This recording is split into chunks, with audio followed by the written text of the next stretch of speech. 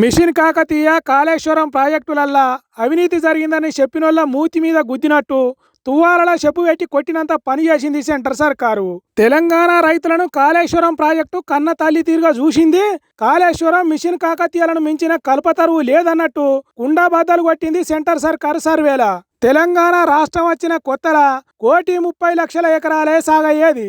కానీ మిషన్ కాకతీయ కాళేశ్వరం పనులతోని కొత్తగా 2,20,00,000 ఎకరాలకు పెరిగిందట సాగు. అంటే కొద్దిగా తక్కువ డబుల్ అయింది అన్నట్టు చెప్పింది ఆ సర్వేల.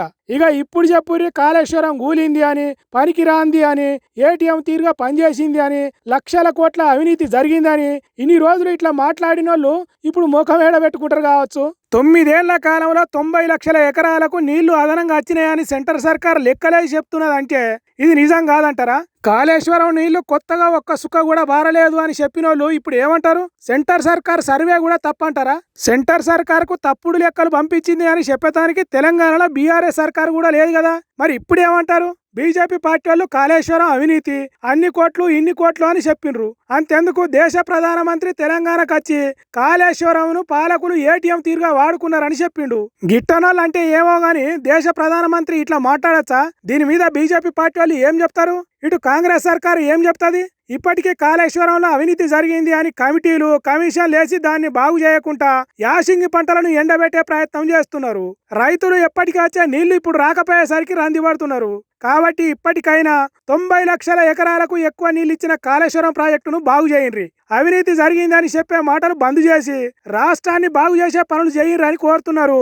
ఇన్ని రోజులు కాళేశ్వరం నీళ్లతోని పంటలు పండించుకున్నారు రైతన్నలు. హోంగార్డు జీతం ఎంత ఉంటుంది? నెలకు 30-35 వేలు ఉంటుంది. మహా అయితే 50-60 వేలు ఉంటాయి కావచ్చు. ఆ జీతంతో పెళ్ళం పిల్లలు ఇల్లు సంసారం సాగా తీసుకుంటా ఎంత వెనకేయచ్చు. అయితే గీత ఏడాదికి 3-4 లక్షలు పక్కకు పెట్టచ్చు. కానీ ఈ హోంగార్డు చూడుర్రి కోట్లు ఎట్లా వెనకేసిండో.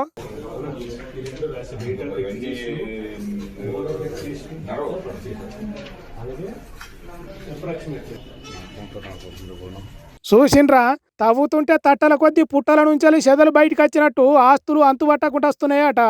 ఏసీబీ ఆఫీసర్లకే కళ్ళు బైర్లు గమ్మి కకావికలం అయినరట. బిత్తర పోయినరట. పరిశాన్ అయ్యి ఇంత షరపతి తాగితే తప్ప కోలుకోలేకుండా అయినరట. భూములు, జాగాలు, ప్లాట్లు, పత్రాలు, కార్లు, కంప్యూటర్లు, బంగ్లాలు, భవంతులు, బ్యాంక్ అకౌంట్లు, బ్యాలెన్స్ క్యాషు ఇట్లా ఇగురంగా ఒక్కొక్కటి లెక్కేసుకుంటా పోతే 20 కోట్లు కూడబెట్టినట్టు తేలిందట. ఒక్క హోంగార్డు అంతగానం సొమ్ము ఎట్లా సంపాదించిండు అంటే ఇక్కడ నల్లి తీరుగా అసలేమి తెలియని అమాయకుని తీరుగా కూర్చున్న శ్రీనివాసరావు అనే ఇతగాడు ఇంతకు ముందు విజయనగరం జిల్లాలో ఏసీబీ డిపార్ట్మెంట్ లో హోంగార్డు కొలువు ఎలుగబెడుతుండేనట. ఏసీబీ ఆఫీసర్లు ఎక్కడికి పోతున్నారు, ఎవరి అవినీతి బయట పెట్టే పని ముందటేసుకున్నారు అనేది తెలుసుకొని వాళ్లకు మతలాబు పంపెట్టోడట. అట్లా వాళ్ళ దగ్గర కాసులు కమాయించేదట.